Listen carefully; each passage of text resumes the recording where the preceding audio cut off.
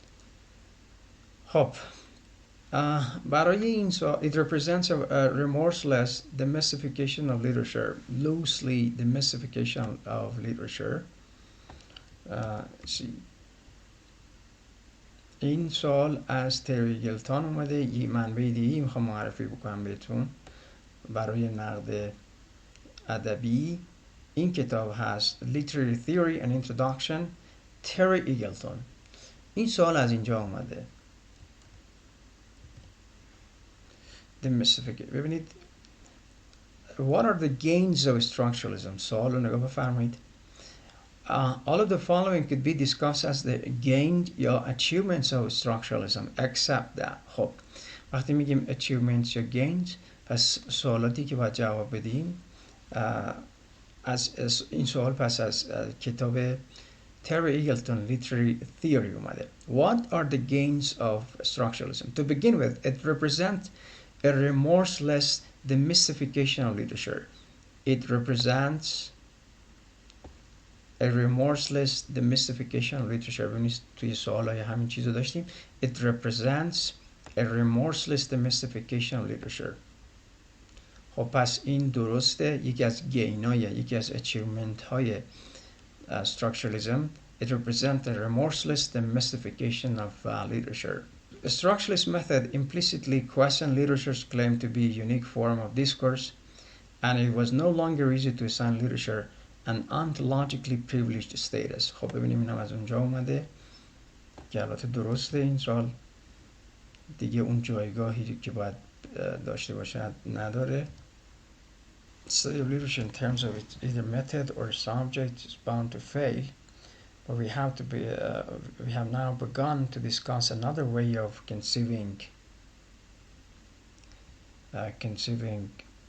what distinguishes one kind of discourse from another,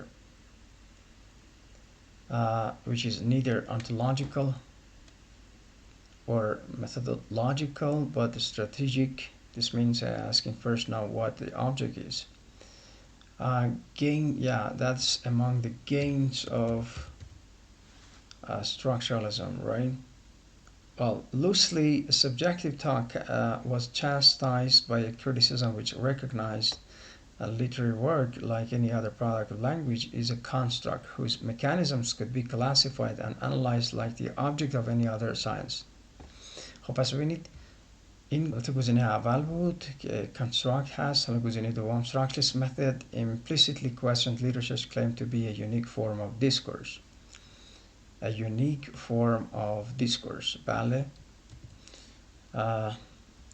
خب ببینید اینجا moreover the structuralist method implicitly questioned literature's claim to be a unique form of discourse.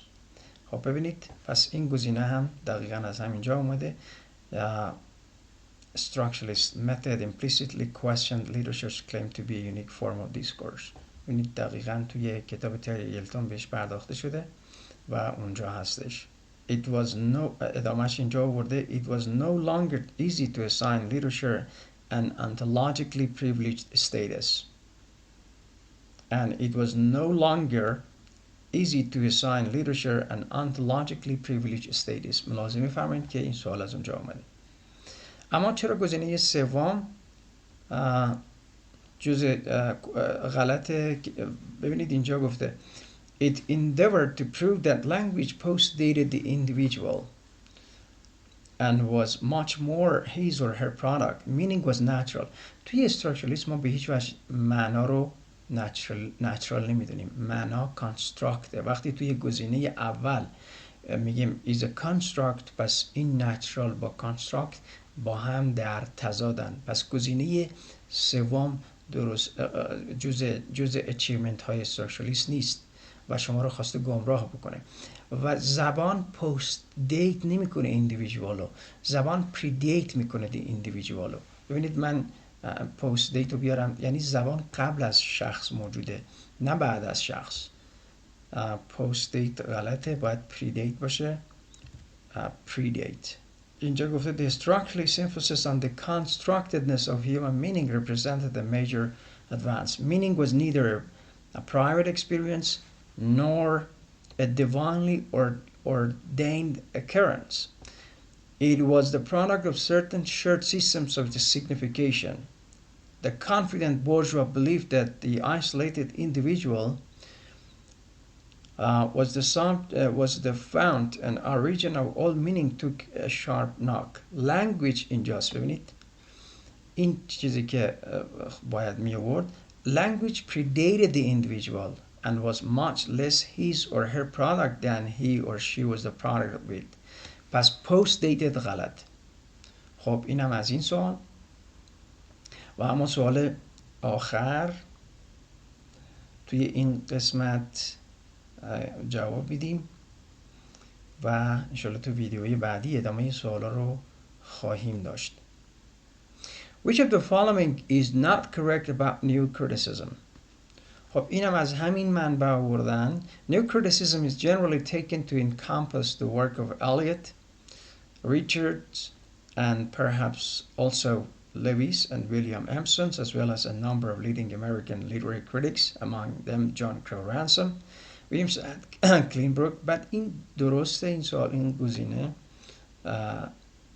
درسته. حالا شما اگه بخواید نگاه بکنین اصلا نیازی هم البته به تریگلتون نیست، میتونین تو خیلی از منابع این سوال پیدا بکنین. بله، ولی خب اینکه از کجا دقیق اومده همینه. نیو کریتیسیزم ما برای این منبع رو معرفی میکنیم که شما دقیقاً بدونین سوال از کجا اومده. is generally taken to encompass the work of Eliot, Richard and perhaps also Lewis. and ببینید دقیقاً جمله به جمله، کلمه به کلمه از این منبع اومده.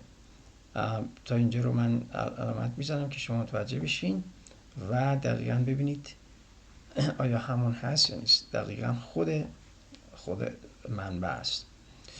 خب The new critics broke boldly with the great man theory of literature, insisting that the author's intention in writing, even if they could be recovered, were of no relevance to the interpretation of his or her text.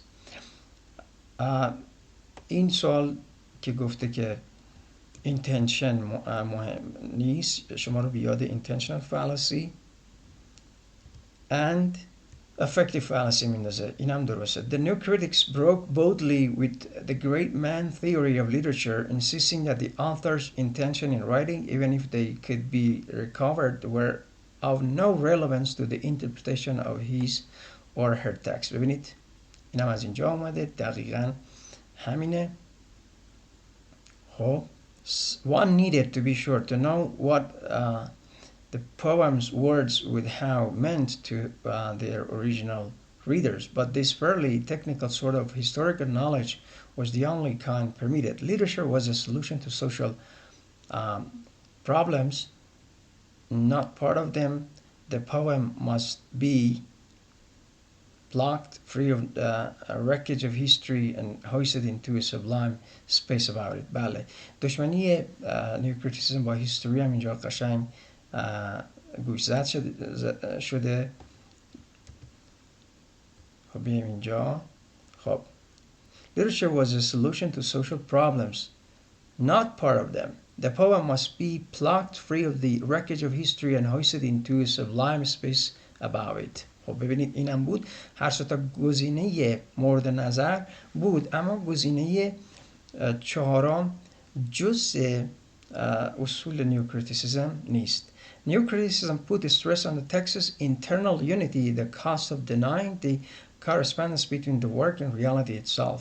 New criticism, in other words, agreed with formalism that the poem's discourse somehow excluded reality within itself. در صورتی که اینجوری نیست. ببینید agreed with formalism توی اصلا به این معنا نیست که با reality. بله،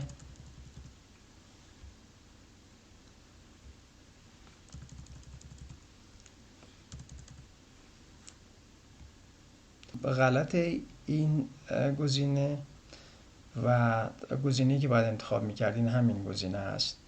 خب تا اینجا که با ما اومدین خیلی ممنون. من 17 تا سوال رو در عرض 1 ساعت و خودی جواب دادم و انشالله در سر فرصت بقیه سوالا رو جواب میدم و امیدوارم مفید فایده بوده باشه و بتونه کمکی هرچند کم به شما علاقمندان به رشته کارشناسی ارشد ادبیات انگلیسی کرده باشه. خب همتون رو به خدای بزرگ میسپارم. اگر مفید بود لطفاً سابسکرایب بفرمایید و به دوستان خود هم ارسال بفرمایید.